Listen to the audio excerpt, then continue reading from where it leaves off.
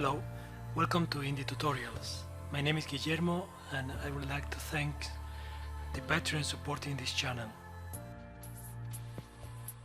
Hello everyone, today we are going to look at creating this health and stamina bar similar to Bloodborne's. So let's jump into it.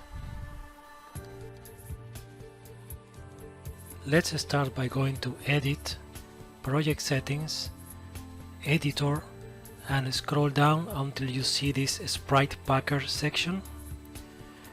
Let's enable it, selecting the Sprite Atlas version 1. Then you can close the editor settings. Next, under my Art folder, Sprites, UI, HUD elements, I will drag some images that we are going to use for the health bar and the stamina bar. So we have the bar background, which is already sliced. We have the bar itself, no slice in this one, and a follower image that we are going to use as well later on. So now that we have the Sprite Packer enabled, what we can do is to create an atlas out of these two bars. So let's right click and select create, go up into the 2D category, and then we have a Sprite Atlas option there. So let's call this one bar underscore atlas, for example. And what we can do here is add these two images into this object for packaging. There is no way or no option to drag and drop, sadly. So what we have is this plus button, and then we can select all the images that we have in the project.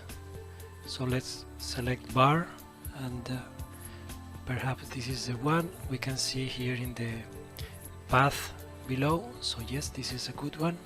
So let's double click it and then select again another plus to select the bar background. There we go. We probably need to select not the sprite itself but the image here, so let me delete that one and create another section. Then we have these two bars, and if we click in the pack preview we can see both images. So this is going to create an atlas to increase the performance with our game.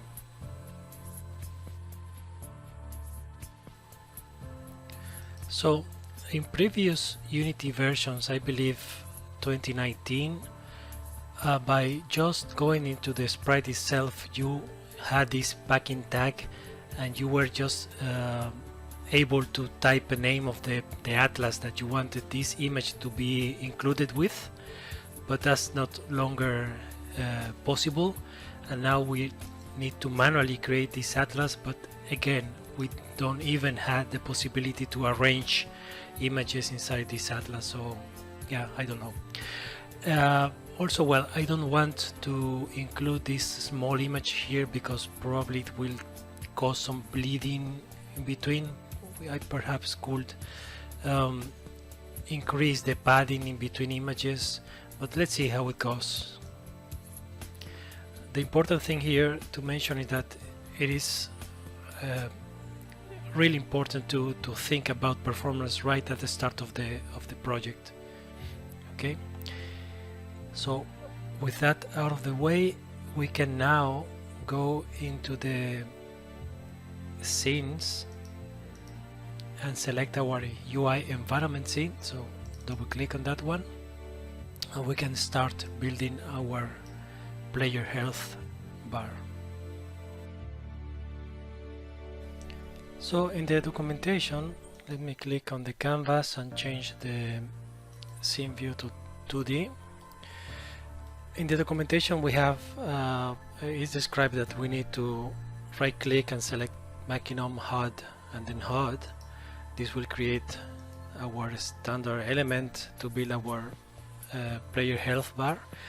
But the problem I see here is that this element does not derive from another canvas, and from the tool the recommendation from Unity is that each UI element that is going to be dynamic and is going to be changing often, we need to put it inside its own canvas, because each canvas is like an island, so it will trigger any changes that the element has, will trigger the change to redraw all the elements belonging to that canvas.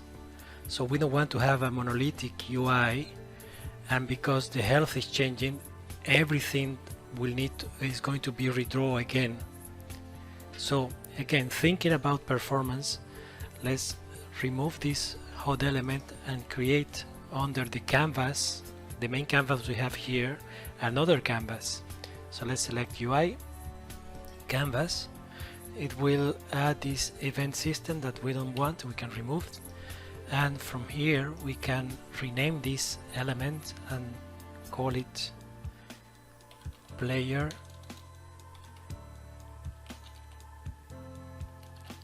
health HUD.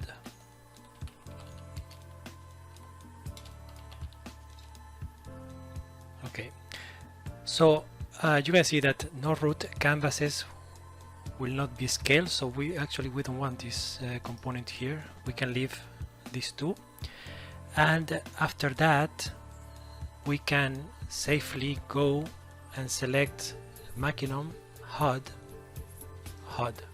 Okay, so this is going to be our player health HUD.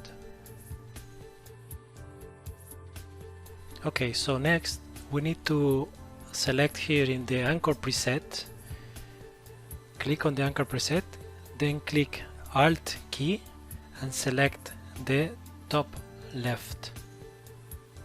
Okay, this will set our HUD in this place.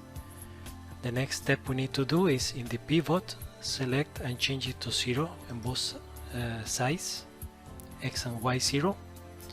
And next we can proceed to change the position and the width and height. So for the position, I like the position X to be 75 and the Y to be on -50. Then for the width, I'm going to change it to 300 and the height to 15. So this is the place that we are going to have our health bar. Of course, if you want it to be bigger, you can make those changes here as well.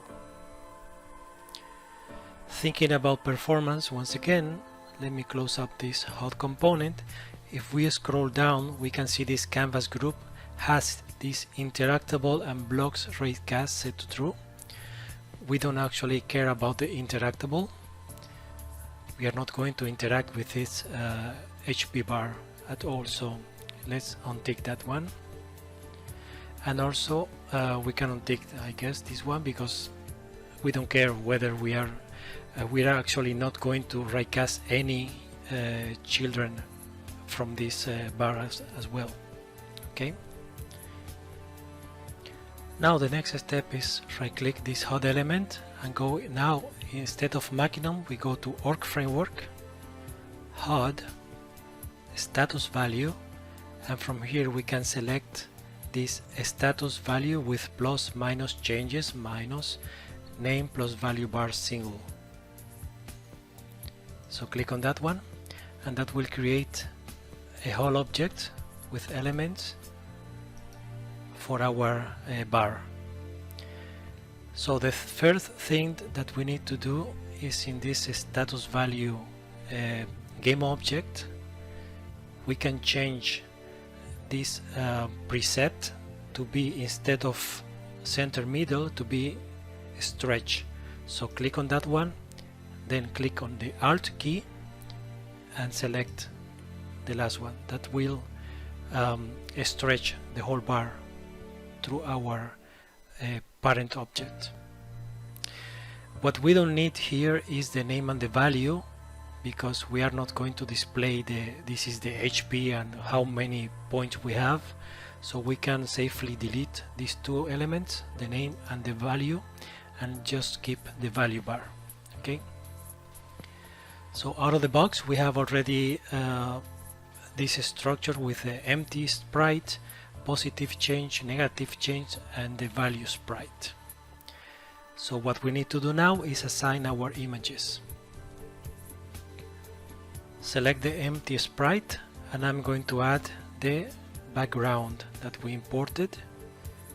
So let's go into the sprites, HUD, and we have the background. Make sure the alpha is set to 1, and important, very important, uncheck raycast target. Okay, do the same for every other image, and there we go. So for positive change, we want to add here our bar, but the color that we are going to be using, it is DD5F61.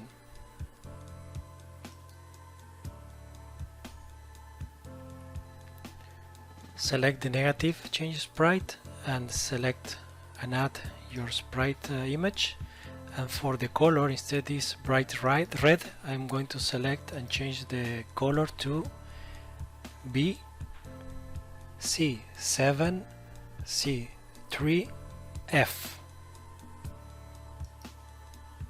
Okay, and lastly, for the value sprite, I'm going to select again my bar image, and the color I should have now here stored in the swatches the previous bar I chose. Now the next step is optional, but I think it gives a little nice effect to this bar, so I will create a child object out of this value sprite. So let me select UI image. Once again, right away I will uncheck the raycast. Next, from the preset anchor, I will select the middle right, and I'm going to change the pivot on the X to 1 and leave the pivot in the Y like it is. The next thing I want to do is select my sprite, so the T follow bar, and I'm going to change now the position on the X to 0, the position in the Y to 0, the width is going to be 5 and the height to 15. So this gives this nice effect there. I'm going to change the name of this game object to something more meaningful, so for example follow bar.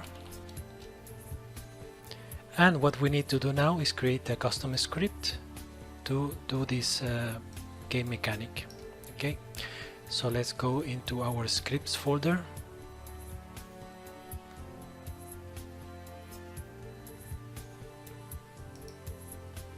Gameplay, behaviors, and I'm going to add a new folder here for our UI related mono behaviors.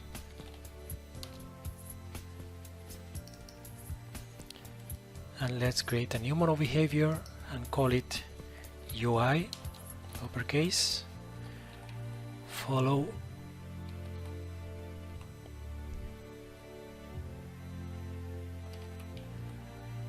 bar effect, just to F effect. There we go. And open up the script in Visual Studio. after Unity compiles.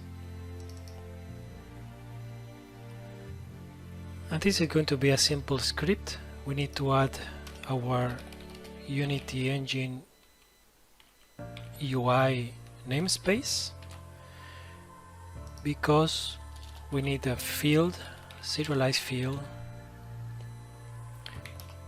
to store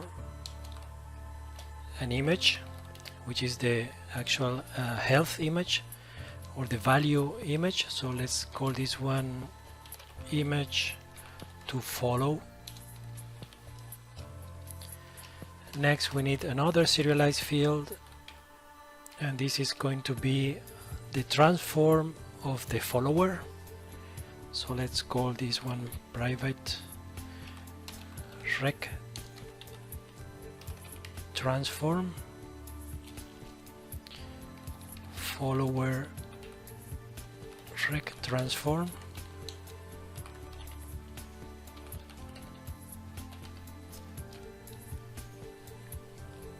The next serialized field is going to be the transform of the image itself. So private rec transform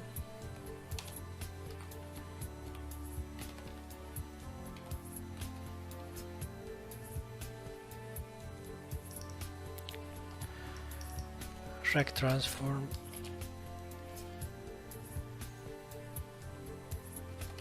image rec transform. You can give the name you want. I like always to be explicit, so I know what that means at the end. After 2 weeks I can't remember anything, so yeah.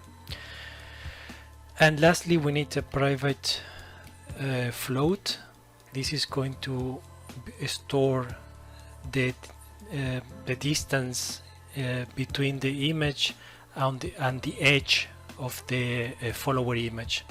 So let's call this one like edge margin, leave it 0 as default. And in the awake method we want to set this edge margin to be the half of the rec transform that we have here from the image. So let's select image rect transform, then the rect component or the rectangle component of this property, this no component, the property, and then the width, and we divide it by 2.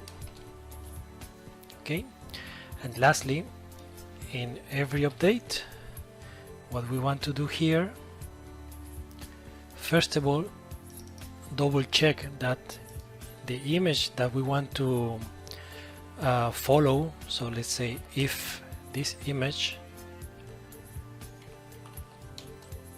type is not equals image type field, so we want just to follow if only images that has the field type. Okay, we can return.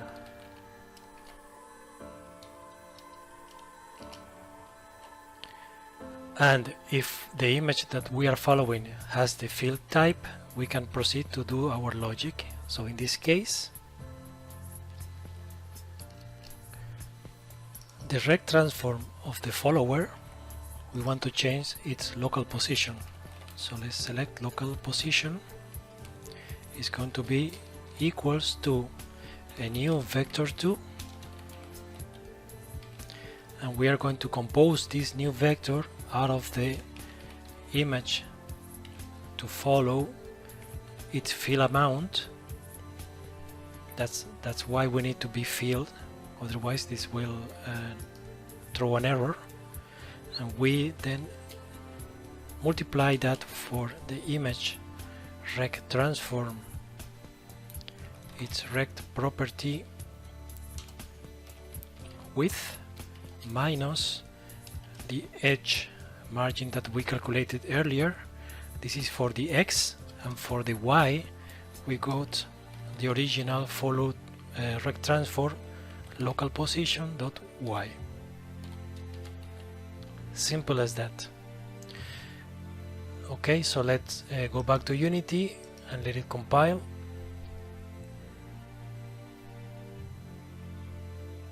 And that's all we need for our player HUD, Health HUD.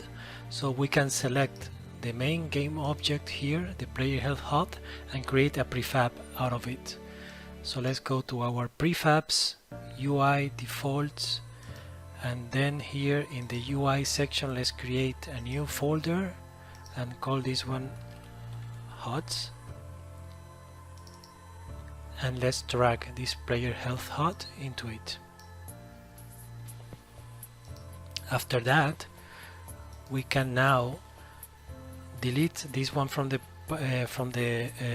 hierarchy, and for the stamina the only thing that we need to do here is let's duplicate this one and let's call it Stamina HUD.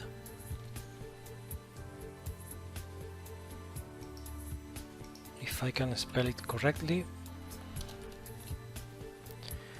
And let's open up the prefab Stamina HUD, and the first thing what we need to change here is that in this status value, the content provider, we need to change that one to look for the stamina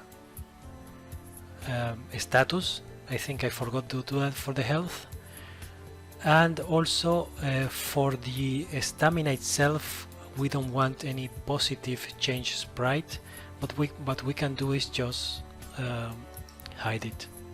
Okay, and of course we can change the value sprite color, and the color I'm going to use here is 05C506. Okay,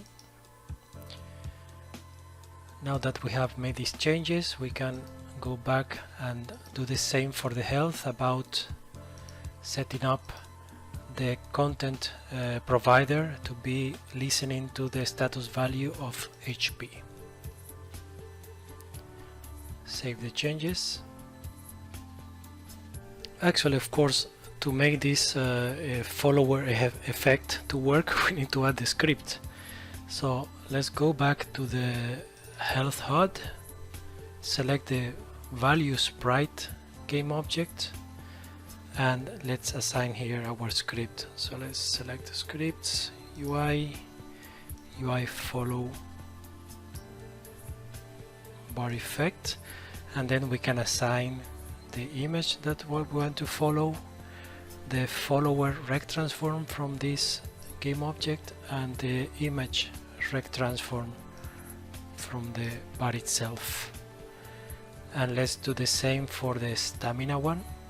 So let's go back to the prefabs once again, UI HUD, and let's do the same thing. So let's select the script, add it here at the value sprite level, and let's assign the image, the follower, and the rect transform of the bar itself. There we go. Save the changes and let's continue. The next step is to make ORK Framework aware of our health and stamina HUD prefabs. So let's go into Game is Love Machinome editor, and let's go into the UI section and select the UI layouts subsection, UI layers subsection, and let's create, this tree comes with every installation, so let's add a new one and let's call this one HUD. Save the settings.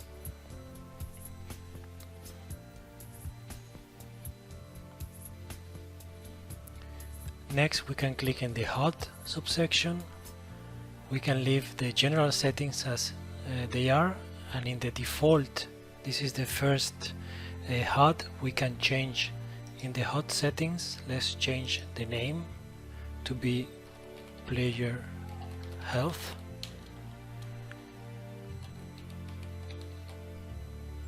and I want again to copy the name and replace this GUID with it. There we go. And what we want to do here in the HUD type, to change from information to be combatant. So it's going to be a HUD of combatant type. We want to be auto displayed when the game starts, and we also we can leave the start toggle as status checked. Otherwise, even though we have this auto display set to true, it won't be displayed.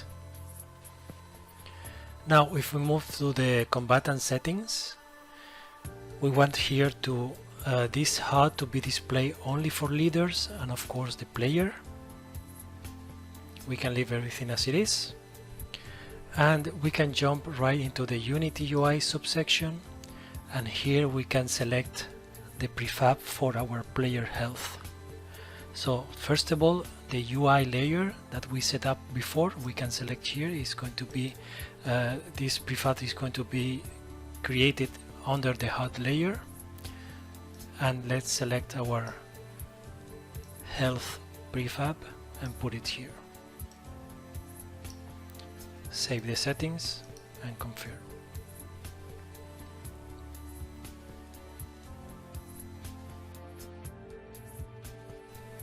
Now for the stamina, what we can do is select the player health and just copy it, and let's go to the HUD settings and rename it to player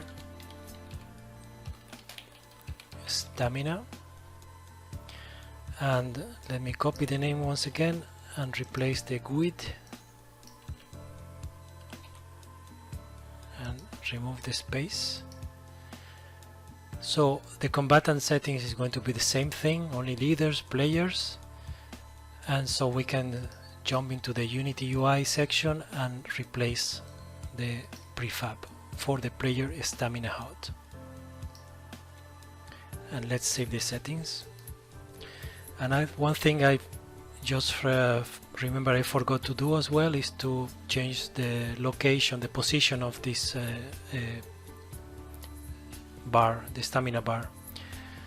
So if we were to go into our UI element scene or UI environment scene, which we already are there, and if we were to drag our prefabs, so let me select prefabs, HUDs, and select and put the player health, and then drag and drop the stamina, they are in the same position. So what we need to do is move a little bit the position of the Stamina HUD. So let's select the HUD here, and let's say -100, too much, -90, let's play a little bit, -77. Yeah, fair enough. So let's do that. And what we can do here in the overrides of the prefab, apply all. There we go. So let's remove those from our scene. Now we can switch to the main scene and test it out. So let's select the main scene, sandbox, and let's hit play.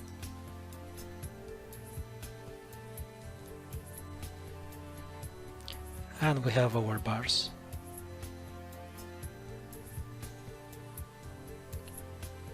So let's get rid of this console that we added in the input system. So that's in the scripts.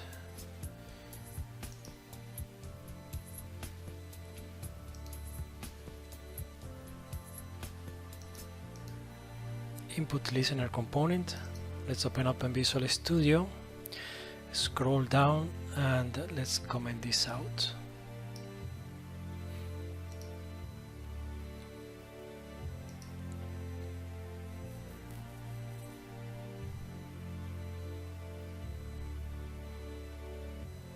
And let's try it again.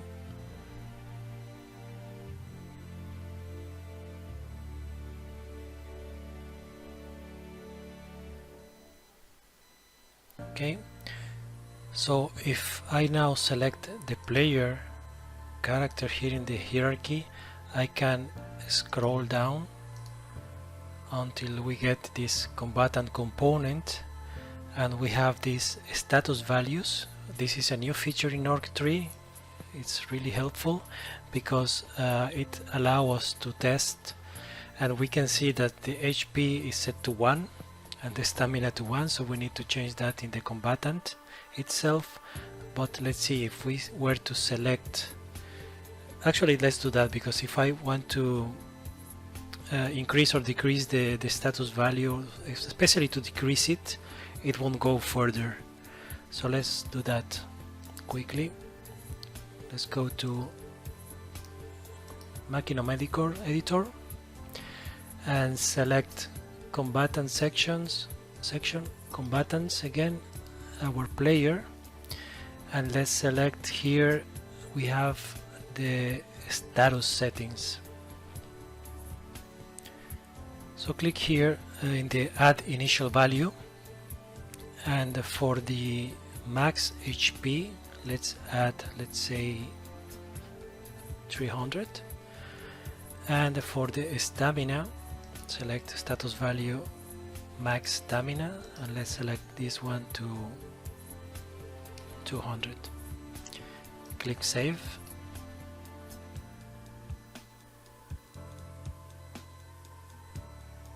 Close the editor and let's try it again.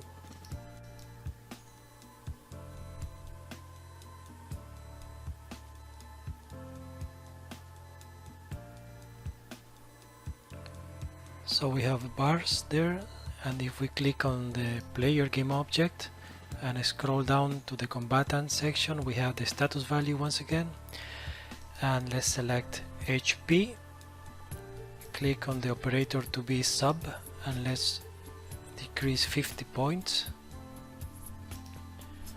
and you can see how the follower effect works, and also the regain or the other bar works in again. So let's select now the stamina and test it out, and you can see that the effect is faster, because this is how we set up in the count to value property on the last video. And you can see here, if we scroll or collapse this section a little bit and check in the don't destroy unload game object or scene, we have this Machinum game object, and then we have the UI, the HUD itself. This is the layer that we created, and here we have our both canvases. So we have the main canvas, the UI itself is just a game object, so we have this canvas and these child canvases. This is what you want to do to increase your game performance right from the start. I will post or write in the description a couple of links that explain better this approach if you don't believe me. So yeah, anyways, see you on the next one.